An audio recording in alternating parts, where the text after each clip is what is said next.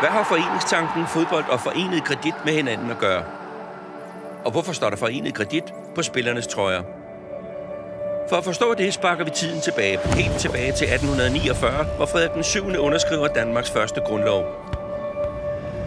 Den underskrift forandrede Danmark. Vi fik foreningsfrihed, og Danmark blev et foreningsland.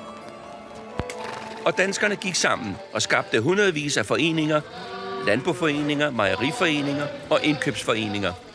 Ja, faktisk blev det til en helt andelsbevægelse. Alle var og er demokratiske foreninger, hvor medlemmerne har det afgørende ord.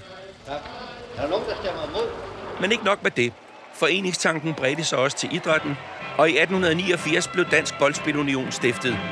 DBU organiserede turneringer og stod bag Danmarks første landskamp i 1908. Helmut Søbjerg kommer susende, og hans hindring ligger godt. Men både sportsforeninger, kreditforeninger og landshold skal jo udvikle sig. Så i 70'erne blev der åbnet for professionelle spillere på landsholdet. Også de gamle kreditforeninger blev mere professionelle og gik sammen i større foreninger. I dag fås foreningsejet realkredit kun gennem forenet kredit. Foreningen ejer Nykredit og Totalkredit med over 1 million kunder, der alle får medindflydelse og del i foreningens overskud. I sportens verden blev DBU også en af de mest livskraftige med 2 stærke danske landshold. Mere end 1600 medlemsstyrede fodboldklubber, og så er der over 350.000 aktive spillere. Her blev skabt et enestående fællesskab, der rakte ud til hele Danmark, fra de mindste byer til de største stadions.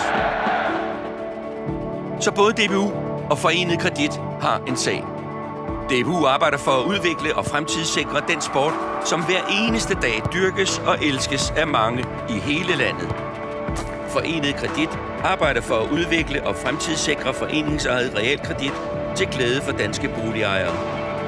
Og vi gør det i forening. For uanset om det gælder bold eller bolig, gør foreninger en forskel. Og har gjort det siden 1849. Forenet Kredit, en forening til forskel.